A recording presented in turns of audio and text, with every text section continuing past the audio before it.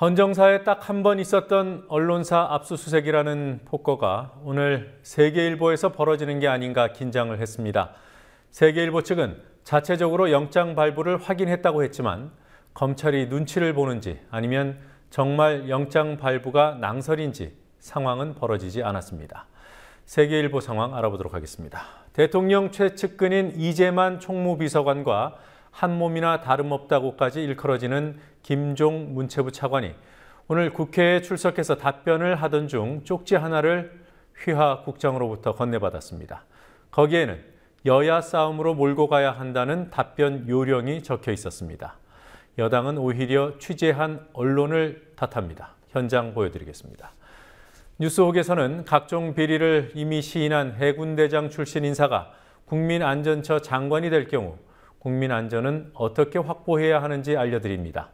참고로 여당은 장관 후보자에게 잠바, 즉 점퍼를 입을 것을 주문했습니다. 12월 5일 금요일 뉴스K 잠시 후에 시작하겠습니다.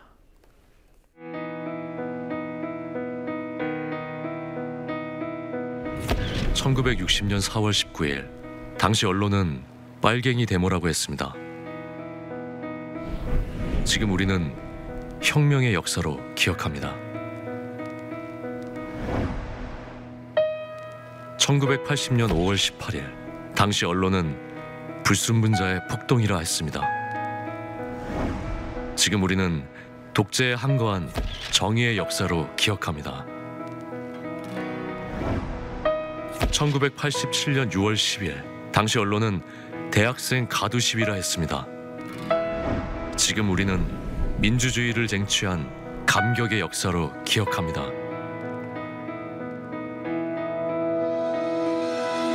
백 없고 돈 없는 노동자, 서민, 학생들이 스스로 타올라 역사를 만들었습니다. 현실은 다시 타오를 것을 요구하고 있습니다. 아니, 이미 타오르고 있습니다.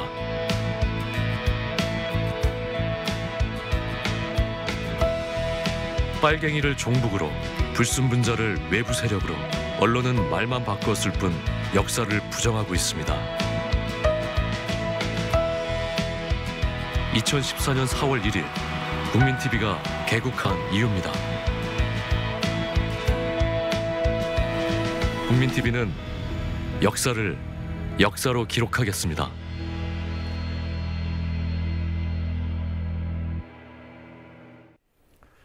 이른바 십상시 보고서의 작성자인 박관천 경정이 오늘 새벽까지 검찰 조사를 받은 데 이어서 박 경장에게 보고서 작성을 지시한 조응천 전 청와대 공직기강 비서관도 밤늦게까지 조사를 받고 있습니다. 세계일보에 대한 검찰의 압수수색이 임박했다는 소식이 전해지면서 오늘 세계일보 사옥에는 취재진들이 몰렸습니다. 검찰은 압수수색 영장을 청구하지도 않았다는 입장이지만 세계일보는 자체 취재 결과 영장이 이미 발부된 것으로 파악하고 있다며 긴장하고 있습니다. 헌정사에 단 한 번 있었던 언론사 압수수색이 실제로 벌어질 경우 정권이 파국을 맞을 것이라는 경고가 나오고 있습니다.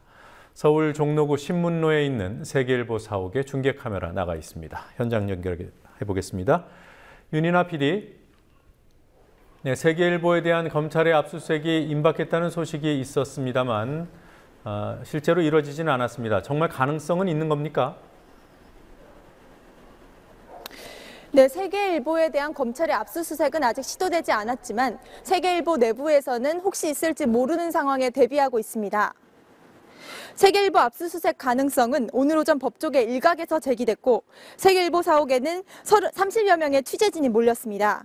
세계일보 기자협회는 검찰이 들이닥칠 것을 대비해 소속 기자들에게 회사 복귀를 요구했고 기자들은 이곳 사옥으로 모였습니다. 이에 대해 유상범 서울중앙지검 3차장 검사는 오늘 오전 브리핑을 통해 세계일보에 대한 압수수색 영장을 청구한 적이 없다고 부인했습니다. 세계일보 측은 검찰이 여론의 부담을 느껴 실행하지 않을 수도 있지만 내부적으로는 압수수색 영장이 발부된 것으로 파악하고 있다고 밝혔습니다. 헌정사상 언론사 압수수색이 시도된 것은 모두 4차례였고 그 가운데 실행된 사례는 1989년 서경원 방북 사건 보도를 빌미로 한겨레 신문사를 압수수색한 것이 유일합니다. 한국기자협회와 언론노조는 언론사 압수수색은 언론 자유에 대한 중대한 도발이며 실제로 압수수색이 이뤄질 경우 정권이 파국을 맞을 것이라고 경고했습니다. 오늘은 조응천 전 공직기강 비서관이 검찰에 나갔더군요. 아직 조사를 받고 있습니까? 네, 그렇습니다. 조응천 전 비서관은 오늘 오전 10시쯤 서울중앙지검에 출석해 현재까지도 검찰 조사를 받고 있습니다. 어제 검찰에 소환된 박관청 경정이 19시간 동안 강도 높은 조사를 받고 오늘 새벽 4시 20분쯤 귀가한 것처럼 오늘 조 전 비서관에 대한 검찰 조사도 새벽까지 이어질 것으로 보입니다. 조 전 비서관은 박관청 경정의 직속 상관으로 보고서 작성을 지시하고 그 내용을 김기춘 비서실장에게 보고한 인물입니다. 검찰은 조 전 비서관이 십상시 보고서의 60%는 사실에 부합한다고 주장해온 만큼 그 근거에 대해 조사할 계획입니다. 또 조 전 비서관은 보고서의 유출자는 박경정이 아닌 제3자라며 청와대도 이미 문건 유출에 대한 진상조사를 벌여 유출자를 박경장이 아닌 제3의 인물로 결론냈다고 주장한 바 있습니다. 조 전 비서관은 검찰 조사에 앞서 신경을 묻는 질문에 최선을 다해 진실을 말하려고 작정하고 왔다고 말했습니다.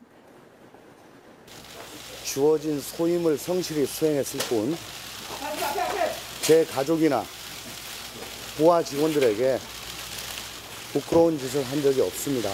인터뷰에서 6할 이상 맞다고 하셨는데 지금도 그 생각 아니 그건 올라가서 말씀드릴게요. 담담합니다. 예, 올라가서 최선을 다해가지고 진실을 말씀드리려고 그렇게 작정하고 왔습니다. 예. 자, 청와대 핵심 비서관 3인방에 대한 검찰 조사는 이루어지는 겁니까? 아직 정확한 일정은 잡히지 않았습니다. 검찰은 어제 고소인 중 한 명인 김춘식 청와대 행정관을 불러 조사했는데요. 검찰이 청와대 실세 3인방인 이재만, 정호성, 안봉근 청와대 비서관을 소환할지는 확실치 않습니다. 검찰은 청와대 비서진 3인방과 행정관 5명이 공동으로 고소장을 접수했기 때문에 고소인 전원을 모두 조사할 필요는 없다는 입장입니다. 하지만 이재만, 안봉근 비서관의 경우 정윤회 씨와 최근까지 통화한 사실이 공개돼 이번 사건의 주요 대상이라는 점에서 다른 고소인들보다는 소환 가능성이 높아 보입니다. 십상시 보고서에 비선 실세로 표현된 정윤회 씨의 경우 다음 주에 출석할 예정입니다. 조응천 전 비서관과 정윤회 씨의 진술이 엇갈리는 만큼 대질 신문을 할 가능성도 있습니다. 자, 청와대가 몇 달 전에 문건 유출자 조사를 이미 끝냈다는 사실에는 청와대와 조응천 전 비서관 얘기가 일치하더군요. 다만 청와대는 박경정이 유출자라는 것이고 또 조 전 비서관은 제3의 인물로 결론이 났다고 했습니다. 자, 검찰에 넘겨진 청와대 조사 자료들이 조사 당시 그대로다.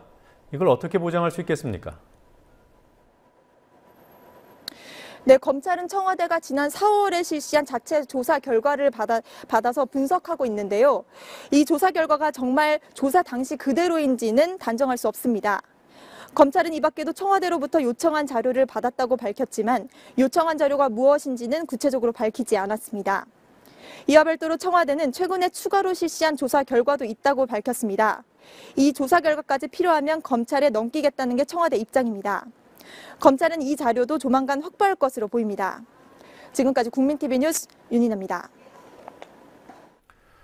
청와대와 검찰은 십상시 보고서 파문을 문건 유출 사건으로 보려고 하지만 연일 박근혜 정권의 흉한 민낯이 공개되고 있습니다. 측근을 건드린 문체부 간부들을 대통령이 직접 경질시켰다는 보도에 대해 당시 문체부 장관이 사실이라고 확인을 했습니다. 수세에 몰린 새누리당이 사자방 국정조사 빅딜 카드를 들고 나왔습니다. 관련 내용 알아보겠습니다. 김종훈 PD. 네, 김종훈입니다. 정윤회 씨 딸 문제와 관련해서 문체부 국장과 과장을 대통령이 직접 인사조치했다는 보도, 대통령 지시를 받은 유진용 전 장관은 뭐라고 확인을 한 겁니까? 네, 대통령이 문체부 국장, 과장 실명을 거론하며 나쁜 사람들이라고 하더라라고 했다는 한겨레 신문 보도에 대해 유진용 전 문체부 장관이 오늘자 조선일보와의 인터뷰에서 어디서 들었는지 정확한 정황이라고 확인했습니다. 그러자 민경욱 청와대 대변인은 오후 브리핑에서 박 대통령이 유진용 장관 대면 보고 때 적극적으로 체육계의 적폐 해소를 주문했고 이에 따라 유 장관이 일할 수 있는 적임자로 인사조치를 한 것이라고 말했습니다. 대통령이 직접 인사를 한 것은 아니라고 강조한 말이지만 특정 인물들의 인사 문제로 문체부 장관과 대면을 했다는 사실은 인정한 셈입니다. 그러나 민 대변인은 대통령이 문체부 국장 과장의 문제점을 지적한 것은 승마 선수인 정윤회 씨의 딸 문제가 아니라 태권도 편파 판정 등 체육계의 비리 문제 때문이었다고 주장했습니다. 한편 정윤회 씨는 꼬리일 뿐 진짜 실세는 정 씨의 전 부인이자 최태민 목사의 딸인 최순실 씨라는 해석도 나오고 있습니다. 민주연합이 오늘 국회 운영위원회를 열었지요. 여당에서는 원내대표가 참석한 것으로 압니다만 전체 회의는 소집하지 못했습니다. 어떻게 된 일입니까? 예, 민주연합 의원들이 오전 운영위를 단독으로 열어 전체 회의 소집을 요구했고 운영위원장인 새누리당 이완구 원내대표가 참석한 것도 맞습니다. 이 자리에서 야당 의원들은 정윤회 씨와 문고리 3인방과의 관계, 그리고 박지만 씨와의 권력 다투설 등을 규명하기 위해 전체 회의를 열어야 한다고 요구했습니다. 우은준 민주연합 원내대표의 발언 들어보시겠습니다. 지금 온 국민들이 의혹을 갖고 있는 것 중에 하나가 소위 정윤회 게이트 또 비선 실세의 농단 의혹, 이와 같은 중차대한 문제가 있음에도 불구하고 청와대 이 비서실장을 비롯한 의혹에 쌓여있는 분들을 국민의 대표기관인 국회에서 불러서 질의하고 응답하는 것이야말로 가장 정상적인 국정 운영이라고 할 것입니다. 그럼에도 불구하고 야당원들께서 유감스럽게도 이 중대한 현안을 외면하고 있다. 이것은 국회의원의 책무를 포기한 것이다. 예, 하지만 이완구 운영위원장은 검찰 수사를 이유로 전체 회의 소집을 거부했고 운영위는 20분 만에 산회했습니다. 이어서 열린 민주연합의 비선 국정농단 진상규명과 사자방 국정조사 촉구 결의대회에서 문희상 비상대책위원장은 국민이 생각하는 적폐의 정점에 청와대가 있다고 비판했습니다. 새누리당을 향해 권력 암투를 비호하지 말라는 요구도 나왔습니다. 이재호 새누리당 의원이 박 대통령의 검찰 수사 가이드라인 제시를 가리켜서 오만의 극치라고 표현을 했습니다. 여당 내에 이런 발언들이 확산되는 양상인가요? 예, 아직은 비주류인 친이계 의원들 사이에서만 대통령과 청와대를 향한 비판이 나오고 있습니다. 친이계 의원들 중에서도 그동안 내부 비판에 적극적이었던 일부에 국한돼 있습니다. 앞서 김성태 의원은 그제 라디오 인터뷰에서 공중비사에 나올 법한 암투와 의혹들이라고 말했고, 정병국 의원도 그제 최고위원회의에서 비선이 대두되면 레임덕이 시작된다고 말한 바 있습니다. 하지만 친이계 핵심인 이재호 의원이 한겨레신문 인터뷰에서 오만의 극치라는 다소 수위 높은 발언을 하자 여당 지도부도 경계하는 분위기입니다. 김무성 대표는 오늘 국가 리더십을 흔들거나 불필요한 말로 국정에 부담을 줘서는 안 된다며 내부 단속에 나섰습니다. 새누리당 입장에서는 국면 돌파를 위한 카드가 필요한 상황인 것 같습니다. 사자방 국조 빅딜을 다시 들고 나온 겁니까? 네, 그렇습니다. 오늘 아침 새누리당 주요 당직자 회의에서 김무성 대표가 공무원 연금 개편과 야당이 요구하는 사자방 국정조사의 빅딜을 사실상 공식 제안했습니다.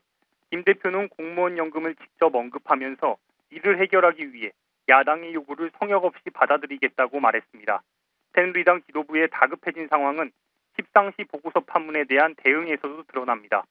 오늘 회의에서는 박 대통령이 문체부 간부 경질을 지시했다고 확인해준 유진용 전 장관을 배신자 취급하는 발언도 나왔습니다. 김재원 원내수석부 대표는 왜 이런 분을 장관에 임명해서 나라 일을 맡겼는지 기가 막힌다고 했습니다. 한편 새누리당은 대통령 친인척 비리를 조사하는 특별감찰관을 조속히 임명하라는 야당 요구를 수용해 선정위원회를 구성하기로 했습니다. 지금까지 국민TV 뉴스 김종훈입니다.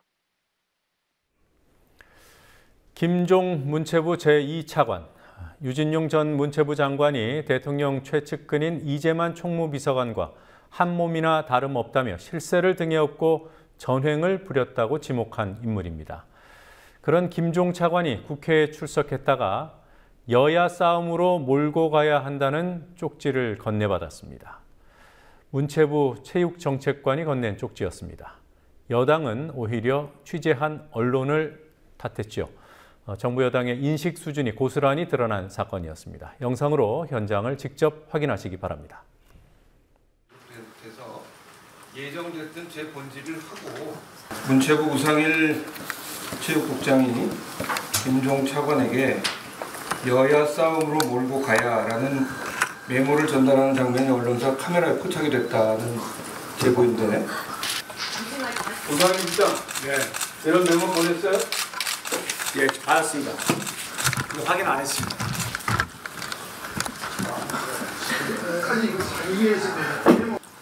여야 싸움으로 붙여 나가라고? 그게 공직자로서 할 얘기예요? 그걸 차관한테 메모라고 보내요? 그 메모 좀 가져와 보세요.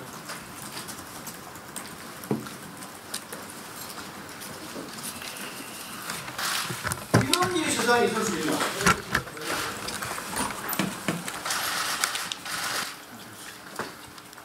당장 가져와요. 메모 가져오라고.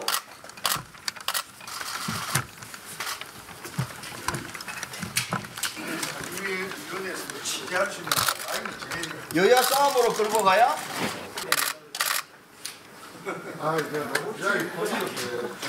이거는 책임자로 사과할 정도의 문제가 아니에요.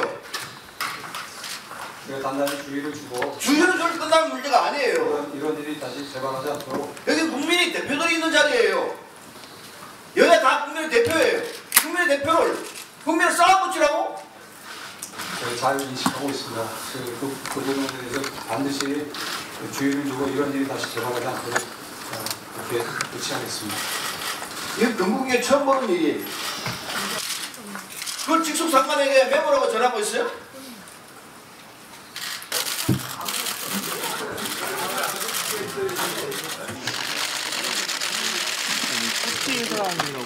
관련된 지시나 이런 게 있었나요?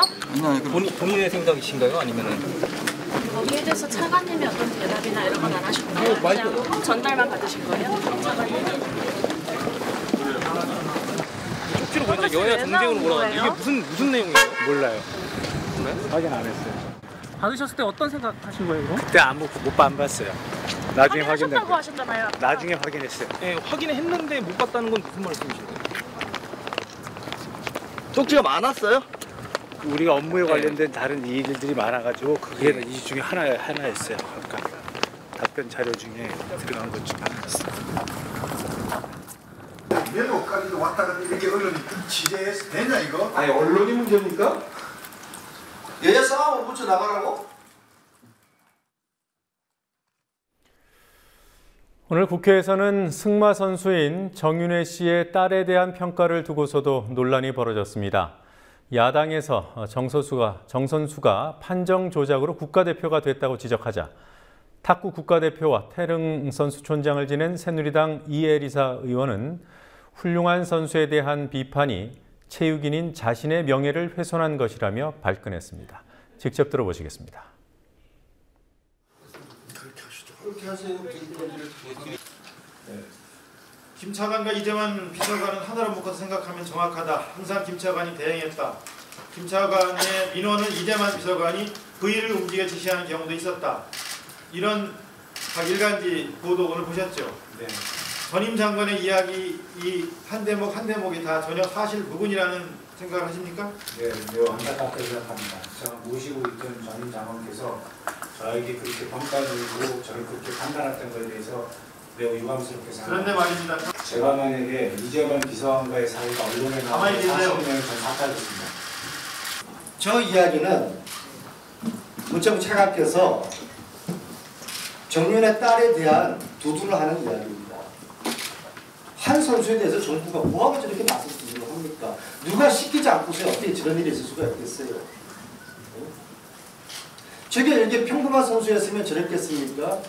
특수한 관계에 있는 선수였기 때문에 문체부 차관이 나서서 아주 독보적인 실력이다. 무슨 독보적인 실력입니까? 승마계에서는 심판 판정 조작해가지고 국가대표 되고 그걸로 올림픽 아시안게임 선수 되고 그걸로 단체팀에서 금메달 따고 그걸로 대학에 특혜 입학 특례 입학했다고 승마계에서는 다 그렇게 보고 있는데 정부가 왜 굳이 나서서 독보적인 선수라고 저렇게 주장을 하냐 말입니다. 정윤희 씨 딸 정유진이라는 선수가 사실 얼마나 훌륭한 선수가를 좀 보십시오. 2007년서부터 지금까지 이 선수가 대회에 출전한 모든 경기 실적, 그리고 아시안게임에서 외국 선수 5명이 평가한 그 점수 30명 중에서 8위하고 32명 중에서 5위한 그것도 남녀 통틀어서 그 결과 갖고 말을 하세요. 정식으로 체육인에 대한 저의 어떤 그런 명예를 그렇게 몰아붙이는 거 안민석 의원님 사과하십시오. 사과를 처음하네. 예, 이정원 의원 말씀하십시오. 집권 2년도 안 된 박근혜 정권은 여러 권력들의 암투판으로 전락했다는 지적이 나올 정도로 다양한 측근 그룹들이 언급되고 있습니다. 7인회, 만만회, 만회상환, 십상시, 이름도 참 가지가지입니다. 최근에는 그동안 주목받지 못했던 또 다른 비선 실세들의 이름이 언론에 오르내리고 있습니다. 강신혜 PD가 보도합니다.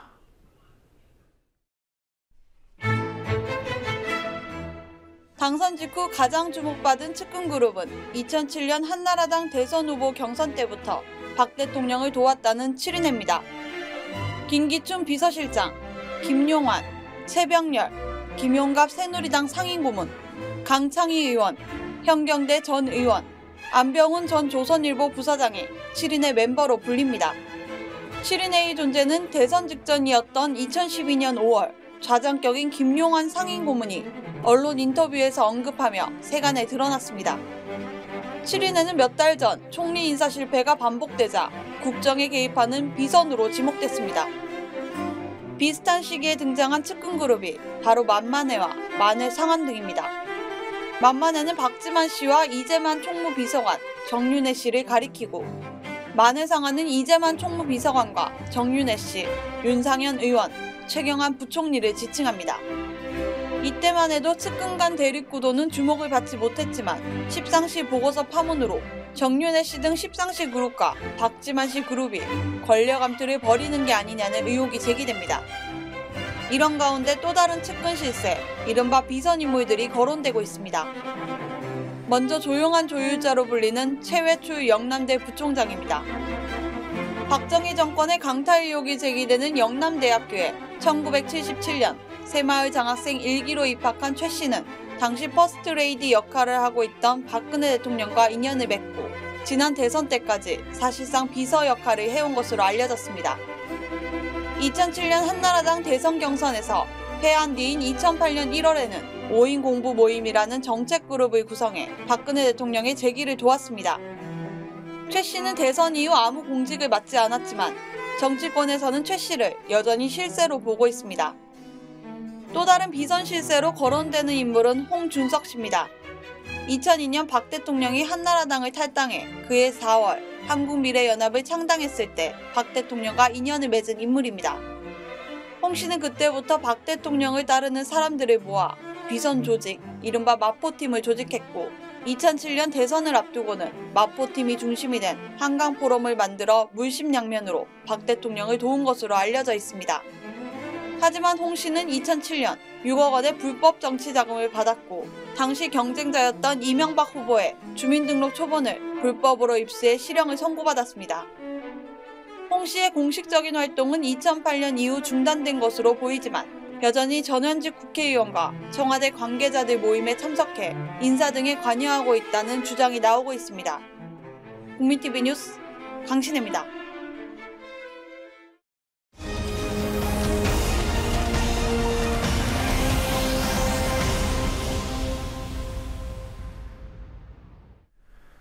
해군기지가 건설 중인 제주 강정마을에서 공사장을 빠져나오던 레미콘 차량이 정문 앞에 앉아있던 신부를 뒤에서 밀치는 아찔한 일이 벌어졌습니다. 공사장에 차가 드나들 때면 성직자들을 예외 없이 들어서 옮기던 경찰이지만 이날은 아무 조치도 취하지 않았고 사고 후에 항의하는 주민에게 이래라 저래라 하지 말라는 고압적인 태도를 보였습니다. 김지혜 PD가 보도합니다. 해군기지 공사가 진행 중인 제주 강정마을. 공사장 출입문 앞에서는 매일 점심시간 무렵 거리미사가 열립니다. 미사가 끝나면 주민들은 인간띠 있게 행사를 진행하고 성직자들은 출입문 앞에 의자를 놓고 앉아 해군기지 반대 의사를 표합니다.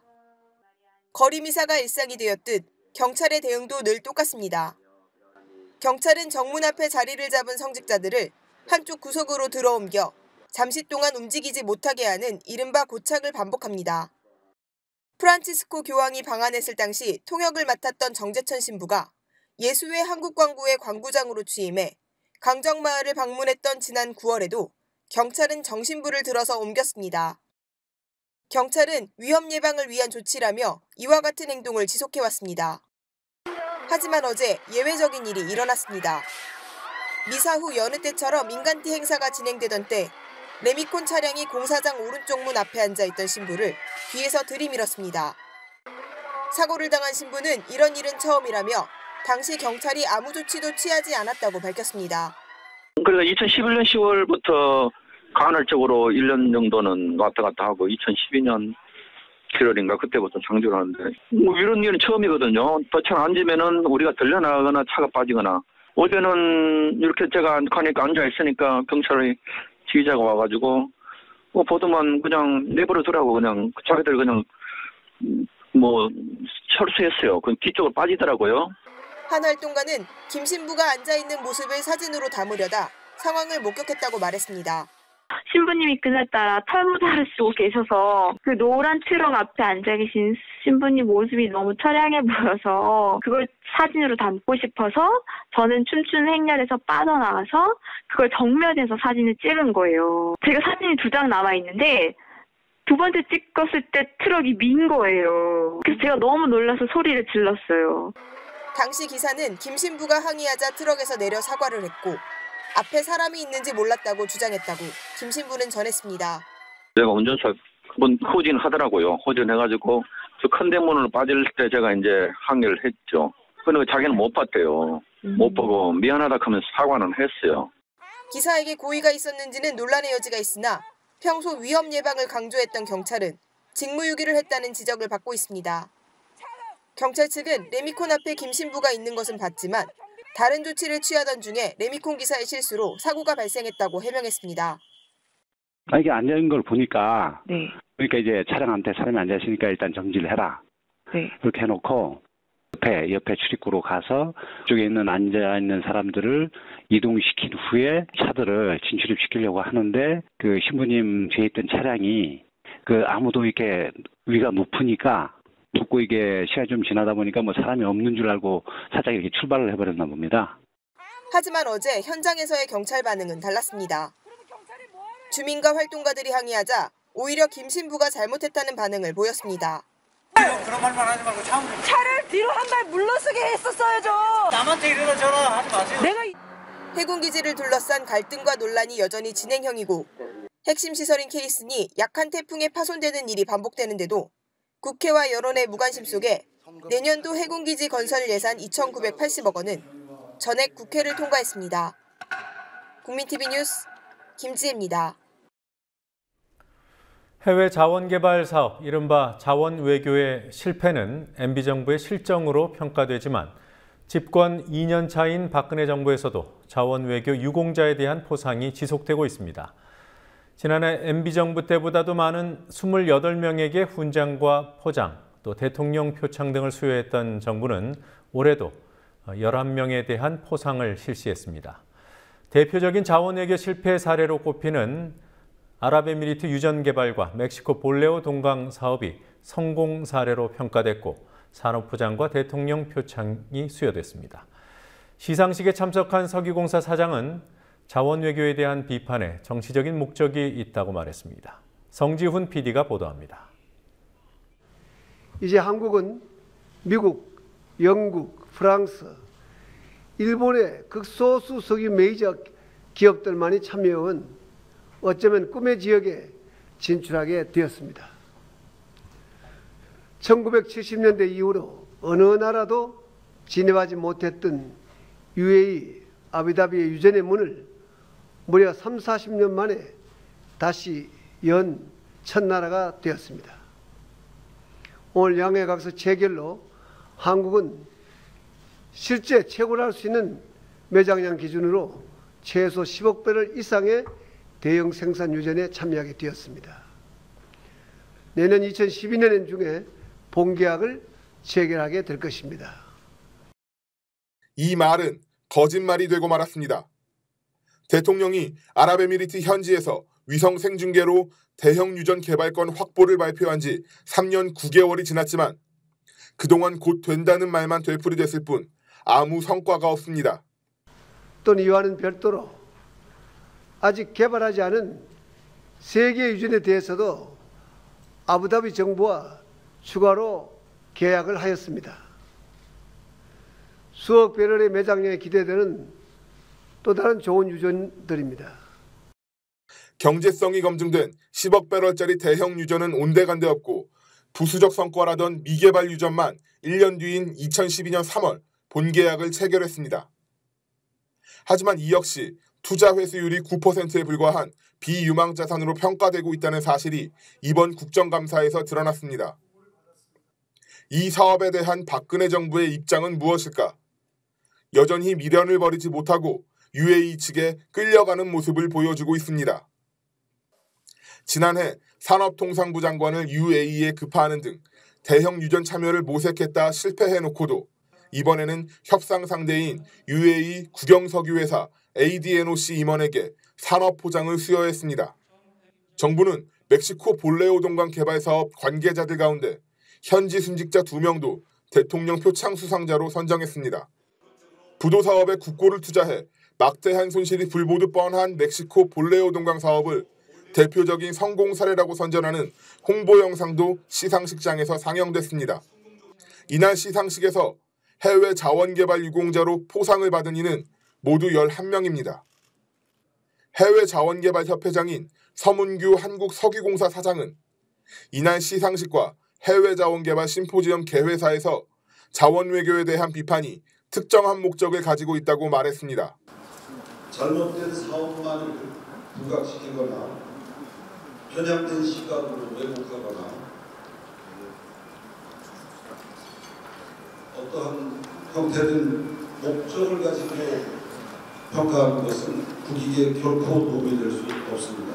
서 사장은 행사가 끝난 뒤 뉴스K 취재진과의 인터뷰에서도 잘한 것에 대한 평가가 인색하다며 최근 여론에 불편한 심기를 드러냈습니다. 국부 유출이라는 게 사실은 물론 일부 있었습니다만은 또 버른 광고도 많아요. 근데 버른 광고에 대해서는 별로 이쁘게 안 봐주고 손해본 광고만 혼을 내면 안 되잖아요. 손해본 건 혼내야 돼. 잘한 건 칭찬을 해줘야 되는데 잘한 거에 대해서 너무 좀 평가나 이런 게 관대하지 인색하지 않나. 올해 해외 자원 개발 포상 규모는 지난해의 3분의 1 수준으로 줄었고 장차관 모두 참석하지 않았습니다. 겉으로는 자원 외교에 대한 부정적인 여론을 정부가 의식한 것으로 보이지만 포상 내용과 사업에 대한 평가는 박근혜 정부가 이명박 정부의 자원 외교 정책을 승계하고 있음을 보여줍니다. 국민TV 뉴스 성지훈입니다. 김문수 전 경기도지사가 위원장으로 있는 새누리당 보수혁신위원회가 대한민국 국가 대혁신을 위한 국민 대토론회를 열었습니다.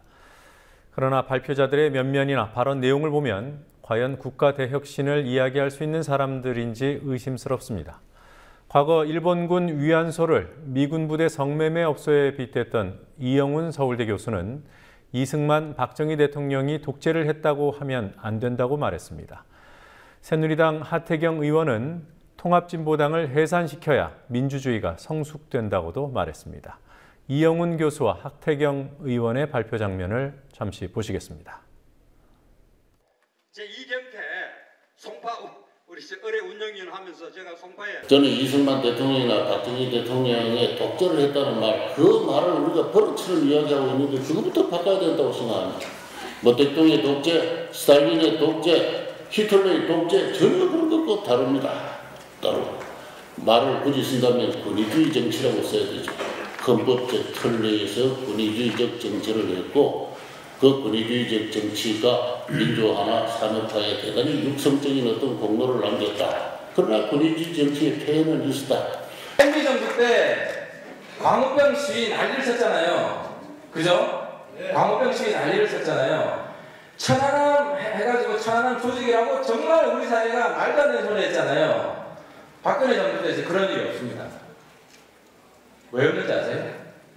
예를 들어서 이번에 한미 전자권 반환을 연기했습니다. 반미 투자하는 사람은 굉장히 열받는 일인데 아무 일 없어요. 왜 그런지 아세요? 통진당이 지금 자기 살라고 정신이 없다가 반미 투자할 시간이 없어요 지금. 우리가 통진당을 약화시키고 해산시키면은 우리 민주주의가 조금 더 질적으로 성숙됩니다. 쓸데없는 싸움 안 할 수 있습니다.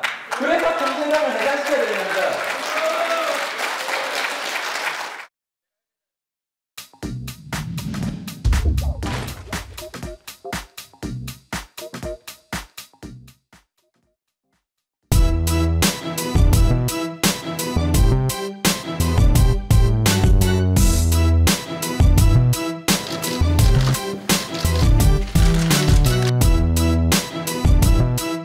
국민안전처의 설립 목적은 무엇이라고 합니까? 국민의 안전을 지키는 것입니다. 이렇게 압류 고지서가 20차례나 발부되는 사태도 이건 대한민국 국민 중에 이런 사람들이 많이 있는가 모르겠어요. 이게 도대체 국민안전처 장관이 되신 분이 그걸 다운계약서를 작성한 거. 그 다운계약서도 거의 시세보다 한 6배, 10배 정도 싸게 한 2억짜리 아파트를 3,500만 원에 신고한 것. 그래서 부당 취득을 한 아파트가 있지 않습니까? 후보자는 위장 전입을 몇 차례 했다고 시인했습니까? 후보자는 연통도 후배나 동료들이 것입니다. 공격 이틀 후 10월 2010년 11월 25일 후보자 배우자는 천안함 부채로 2일 후 세월호 참사 8주 2014년 4월 24일에서 폴부를 쳤는데 확인해서 이제 거기 못한다면 결정장이 되고 그런 그 사항들을 제가 인지 못한 것도 바로 제가 생각하고 거의 공짜로서 적절하지 않은 기준을 했다고 생각하고 받아들입니다. 지금 안전과 안보 좀 착각하고 있는 거 아니에요? 안전과 안보. 어떻게 군인 출신을 안보 전문가, 그게 작전 전문가를 국가안전처에 갖다 놨는데 전혀 틀린 영역에 사람을 갖다 놨다는 거예요, 청와대가. 예? 비전문가라는 얘기예요, 저 얘기는. 태풍, 가뭄, 소방, 규제 이런 거 전부 우리 안전의 영역이에요, 그죠? 그렇습니다. 그래서 잘못됐다는 얘기예요. 웬 해군은 태풍에 대해서는 아주 익숙해 있습니다. 아니, 대한민국 국민이 태풍이 익숙했다는 사람이 어디 있어요? 예? 오늘 아침에 눈을 뜨고 첫 무슨 생각이 들었어요? 천지신명한테 그랬습니다. 제가 이걸 잘 해달라고. 오늘 약속을 하세요. 어떤 자리에서도 대통령 국무회의 자리에 가더라도 잠바를 입는 장관이 돼야 됩니다.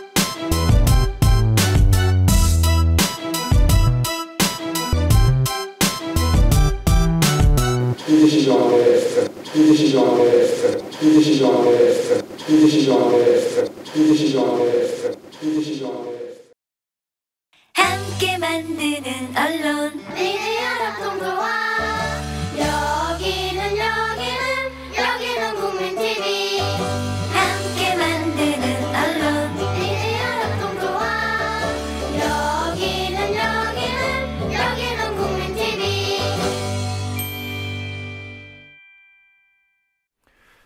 숨을 쉴 수가 없다. 자신의 목을 조르는 경찰관들에게 숨 좀 쉬게 해달라고 11번이나 애원하다가 숨져간 흑인이 있었습니다. 그러나 미국 뉴욕 대배심은 그제 경찰들을 기소하지 않기로 결정했습니다. 지난주 퍼거슨시 시위에 이은 또 한 번의 인종차별 항의 시위가 미 전역으로 번지고 있습니다. 매주 금요일 한반도와 국제 문제를 조망해보는 시간입니다. 월드리뷰 황준호 뉴스 취재팀장과 함께 진행합니다. 어서 오십시오. 네. 자, 미국 뉴욕 대배심에서 경찰을 불기소한 문제로 또 시위가 일어나고 있습니다. 어떤 사건인지부터 정리하죠. 예, 사망 사건은 지난 7월에 있었습니다. 길에서 담배를 밀매했다는 혐의를 받은 에릭 가너라는 흑인이 백인 경찰관 4사람에게 체포가 됐는데요. 경찰관들은 체포를 거부하는 간호를 바닥에 쓰러뜨리고 목을 졸라서 제압했습니다. 그런데 그 과정에서 간호가 의식을 잃었고 병원에 옮겨졌지만 결국 사망했습니다.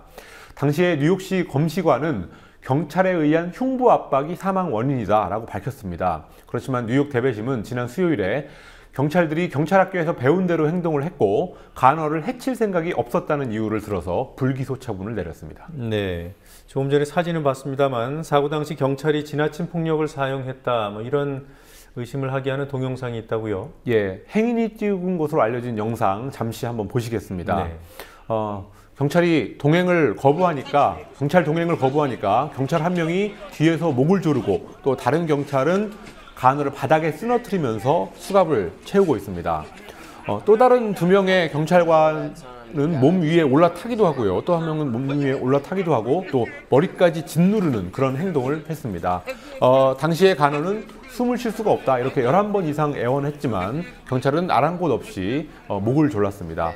뉴욕 대배심은 이 영상을 증거로 채택했는데도 불구하고 백인 경찰을 불기소 처분하면서 항의 시위에 불을 댕겼습니다.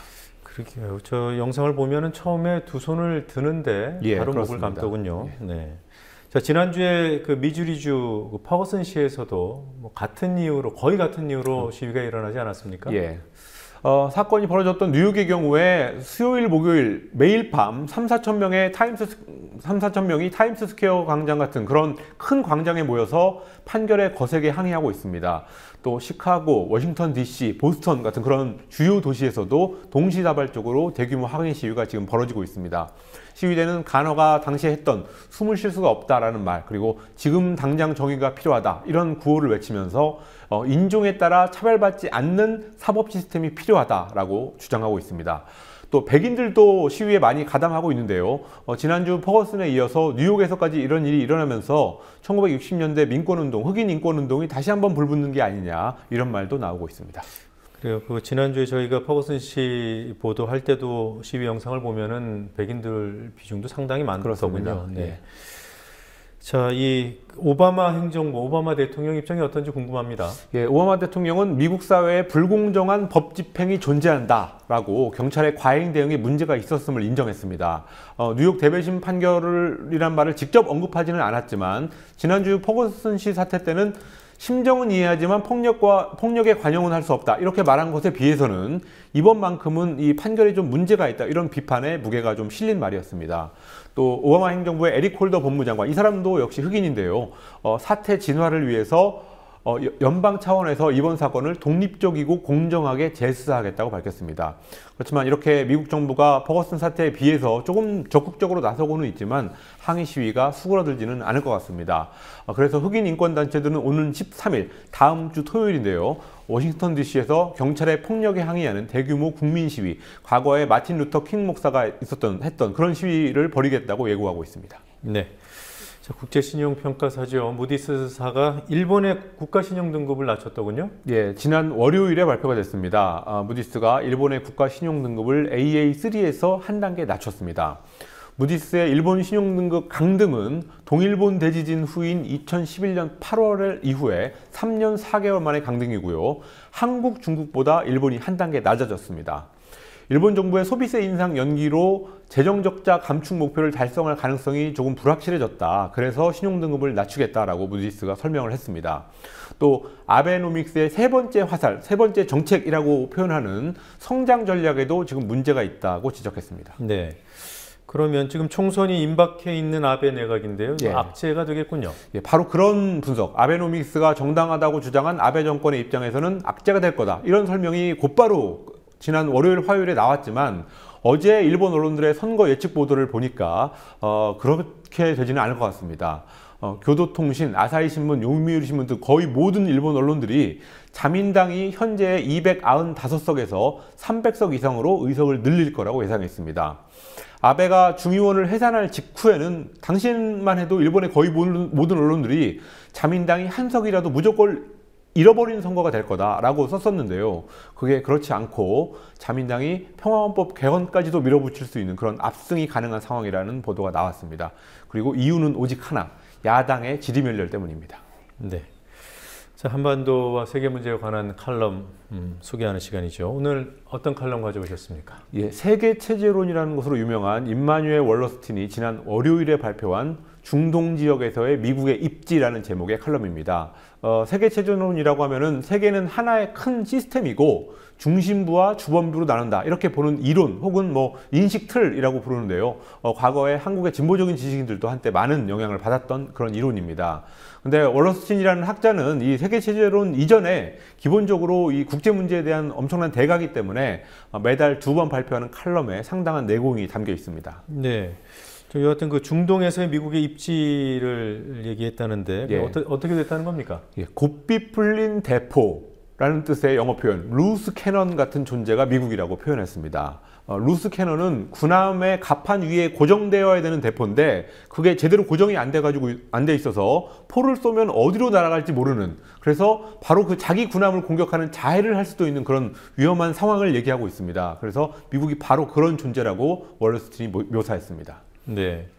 그러니까 구체적으로 이 국제 정세에 좀 대입을 해봐야 될 것 같은데 어떤 사건들을 지칭하는 겁니까? 예, 중동에서 나오는 상황인데요. 미국이 지금 이라크와 시리아 일부를 장악하고 있는 이슬람 순위파 극단주의 조직 이슬람 국가를 미국이 공격하고 있습니다. 그런데 그 공격으로 인해서 미국의 오랜 적대 세력이었던 시리아 정권을 오히려 도와주고 있는 그런 아이러니가 바로 곱비 풀린 대포, 미국이 처한 모순적인 상황이라고 합니다. 네. 칼럼의 한 대목을 직접 읽어보면은 미국은 헤게모니 국가의 역할을 다시 회복하기 위해서 현재 분투 중이다. 그러한 불가능한 목적을 추구하는 것은 중동은 물론 다른 곳에서도 모순적인 정책을 추구하는 쪽으로 향하게 한다. 이렇게 얘기했고요. 또 미국은 곱비 풀린 대포와 같이 세계라는 배를 안정시키겠다면서 이리저리 지금 자리를 바꾸고 있다. 이런 대목이 있었습니다. 네. 중동 지역에서의 미국의 입지에 대해서 이런 얘기를 한 거고요. 예. 그럼 미국이 왜 이런 지경에 이르게 된 겁니까? 예, 이 세계 체제론 워낙 대가다 보니까 큰 설명을 했는데요. 냉전 해체 후의 상황 때문이라고 설명했습니다. 월러스틴은 냉전에 대해서 조금 독특한 해석을 내놨습니다. 미국과 소련이 겉으로는 공산주의, 자본주의 이렇게 겉으로는 으르렁거렸지만 실제로는 두 강대국이 세계를 나눠먹은 일종의 결탁체제라고 보고 있습니다. 그런데 1991년 소련 붕괴 후에 그 결탁체제가 무너졌는데 그렇다면 거기에 맞게 미국이 전략을 수정했어야 됐지만 그러지 못했다고 진단했습니다.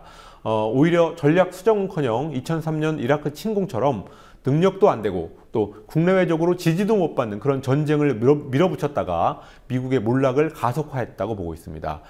지금 미국이 공격하는 이슬람 국가가 미국의 과거 이라크 침공의 부산물이라고 할 수 있는데요. 그 부산물을 없애겠다고 또 나서면서 적대국을 도와주고 있는 계속 그런 악순환의 그런 수렁에 빠져들고 있습니다. 네. 뭐 정의의 관점이 아니라 미국이라는 나라의 국가 이해의 관점에서 분석을 하고 있는 것 같은데요. 그렇습니다. 어쨌든 상당히 비판적인 관점입니다. 예, 월러스틴이 보는 것과 다른 흐름이 분명 지금 있긴 있습니다. 예를 들어서 미국의 셰일석유 개발이 셰일석유 개발로 곧 석유 수출국이 되고 또 길게 보면 중동이라는 석유지대를 붙잡으려고 애쓰지 않아도 되는 그런 큰 흐름이 있습니다. 그렇지만 미국이 정치 경제적 능력 또 분수 이런 것에 맞지 않는 정책을 앞으로 계속 쓴다면 지위 하락이 더 빨라질 거다라는 월러스틴의 지적, 현재 상황에서는 유효한 지적이 아닌가 싶습니다. 네, 자 오늘 여기까지 보겠습니다. 수고했습니다. 예.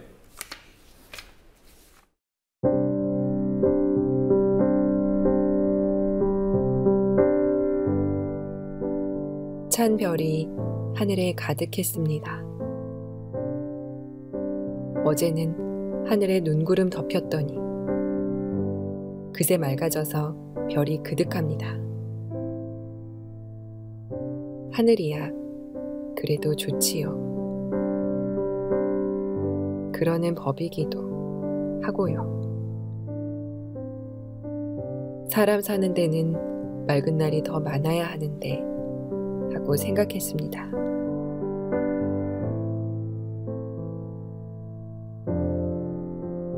슬픔도 아픔도 많은 세상입니다. 기쁨 보람도 없지는 않지요.